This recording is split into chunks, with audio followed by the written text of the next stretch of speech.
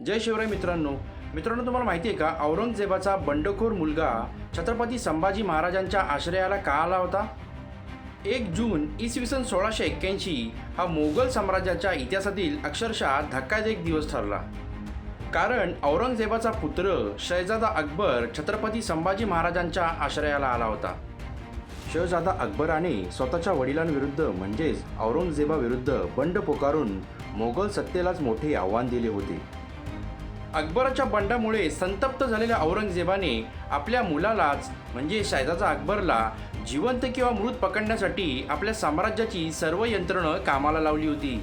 मेवाड, मारवाड आणि इतर सीमावर्ती भागांतील सुभेदारांना अकबराचा शोध घेण्यासाठी कठोर आदेश देण्यात आले होते.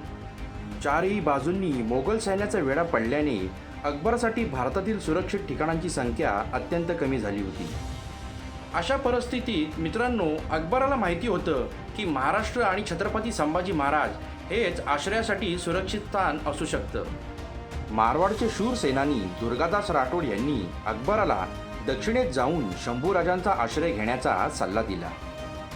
मोगलांच्या गुप्तहेर जाळेला चकवा देण्यासाठी अकबराने अत्यंत गुप्त नियोजनबद्ध असा मार्ग निवडला.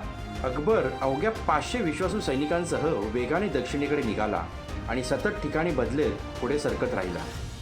अकबर आणि त्याचे सैन्य प्रथम बागलांची महत्त्वाची सरहद पार करून मोगलांच्या नजरेतून स्वतःला दूर ठेवले आणि नाशिक त्र्यंबकेश्वर परिसर ओलांडल्यानंतर त्यांनी सह्याद्रीच्या कठीण घाटातून मार्ग काढत तळ कोकण गाठला आणि खडतर असा प्रवास करत करत तो शेवटी पाली येथे पोहोचला.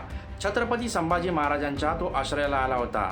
या घटनेमुळे औरंगजेबाचा प्रचंड असा जळफळाट झाला होता. बाकी मित्रांनो, तुम्हाला या व्हिडिओबद्दल काय वाटते कमेंट करून नक्कीच सांगा. आणि जर व्हिडिओ आवडला असेल तर नक्कीच लाईक अँड शेअर करा. आणि हा व्हिडिओ मित्रांनो तुम्ही जर यूट्यूबवर पाहत असाल तर नक्कीच यूट्यूब चॅनल सबस्क्राईब करा. आणि हा व्हिडिओ तुम्ही जर इंस्टाग्रामवर पाहत असाल तर नक्कीच पेजला फॉलो करा.